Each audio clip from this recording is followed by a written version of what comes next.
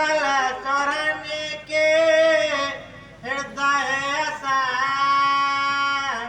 सहकर परम उछाल और निज नहीं देखा चाहे और नाथ तुम्हारे विवाह लखन श्यामल रामचंद्र शंकर हरि ओम जय जय सिया राम जय जय हनुमान संकट मोचन कृपा निधान श्री हनुमान जी महाराज की है।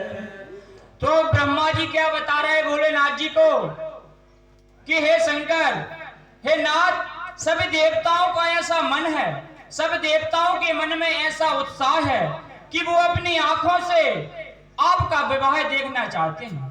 तो सभी देवताओं के मन की यह इच्छा है, तो कृपया कर इस इच्छा की पूर्ति कीजिए। तो ऐसा ब्रह्मा जी बाबा भोलेनाथ जी के लिए कहते हैं। हाँ यह उत्सव देखा ही भारी लोचना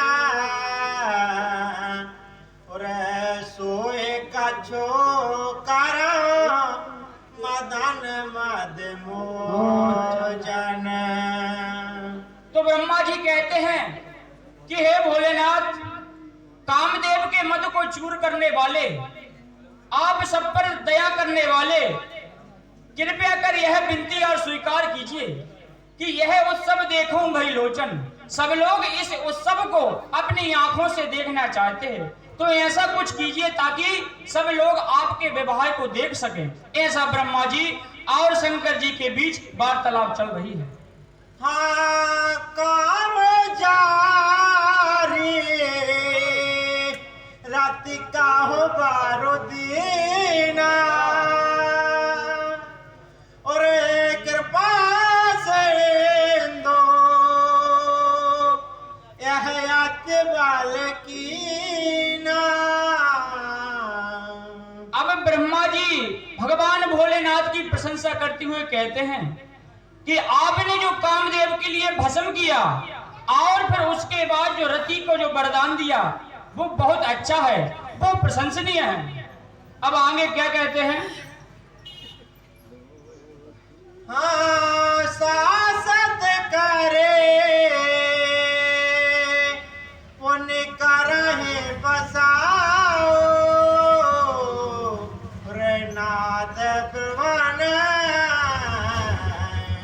कर सहज स्वभाव। तो ब्रह्मा जी कहते हैं कि हे भोलेनाथ, श्रेष्ठ व्यक्तियों का यही तो स्वभाव होता है कि पहले वो दंड के लिए देते हैं, फिर उसके लिए वो क्षमा कर देते हैं और उस पर कृपा कर देते हैं। ऐसा ब्रह्मा जी भोलेनाथ जी के लिए कहते हैं। हाँ पार्वती तब की न अपारा करम तासो अब अंगीकारा। तो ब्रह्मा जी कहते हैं कि पार्वती जी ने अनेकों कष्टों के साथ आपका तप किया है। पार्वती तब कीन है अपारा, पार्वती जी ने अनेकों कष्टों को सहा आपके लिए व्रत किया है, अब आप उन्हें स्वीकार कीजिए। ऐसा ब्रह्मा जी भोलेनाथ जी के लिए कहते हैं। हाँ सुन बिना समझ प्रभुवानी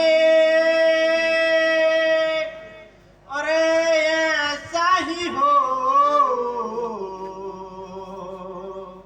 कहाँ से घुमानी।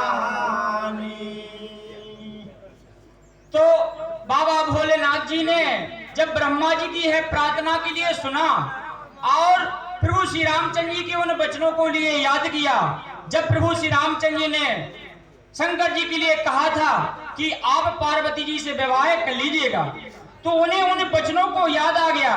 तब भगवान शंकर कहते हैं कि ऐसे ही होई कहा सुकुमानी, आप चिंता न कीजिए, यही होगा, मैं पार्वती जी के लिए विवाह करूंगा। और वो उस विवाह के लिए हाँ भर देते हैं।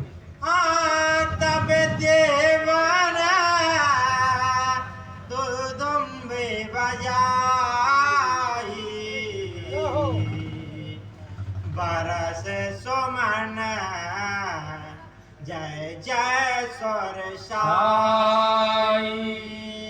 और जब सभी देवताओं ने सुना कि शंकर जी ने विवाह के लिए अपनी हाँ भर दी है, तब सभी देवताओं के मन में बहुत खुशी हो जाती है, वो हर्षित हो जाते हैं। तब देवन दुंदुभी बजाई और सभी ओर नगाड़े बजने लगते हैं, बरसई सुमन जय जय सुरसाई, अर्थात फूलों की वर्षा होने लगती है और यह खुशी का एक मौसम छा जाता है।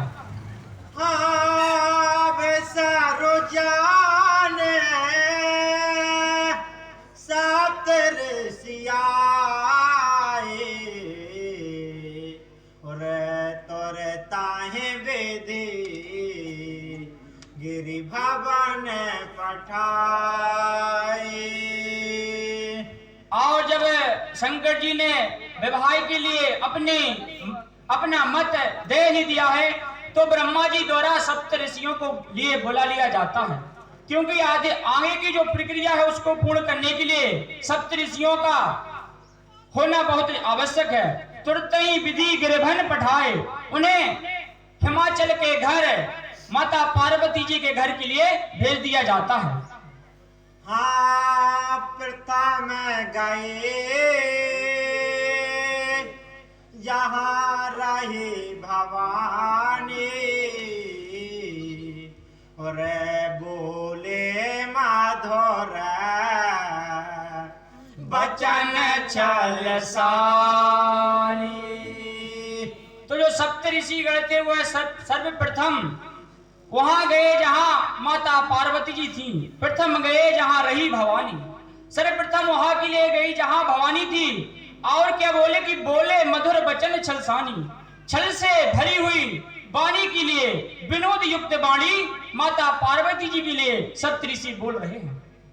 हाँ कहाँ हमार ना सुना हो तब नारद के उपदेश, अब भा झूठ तुम्हार बना और जारा हो काम माहे सैला घन चावर राम चंद्र शंकर हरि ओम। जय जय सिया राम, जय जय हनुमान, संकट भोजन कृपाल धाम। श्री हनुमान जी महाराज की जय।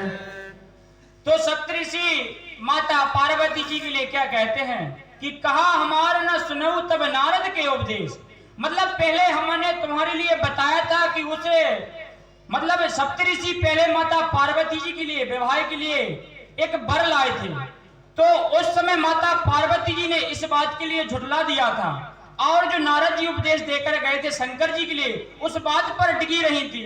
इसलिए सप्तऋषि उस बात के लिए कह रहे कि तुमने पहले हमारी उस बात को नहीं माना, अब देखो अब वह झूठ तुम्हारा, अर्थात तुम्हारी जो बात है सब झूठी हो गई। पर जा रहा हूं काम महेश, अर्थात भोलेनाथ ने कामदेव के लिए भस्म कर दिया है, तो तुम उन्हें कैसे स्वीकार करोगी। इस प्रकार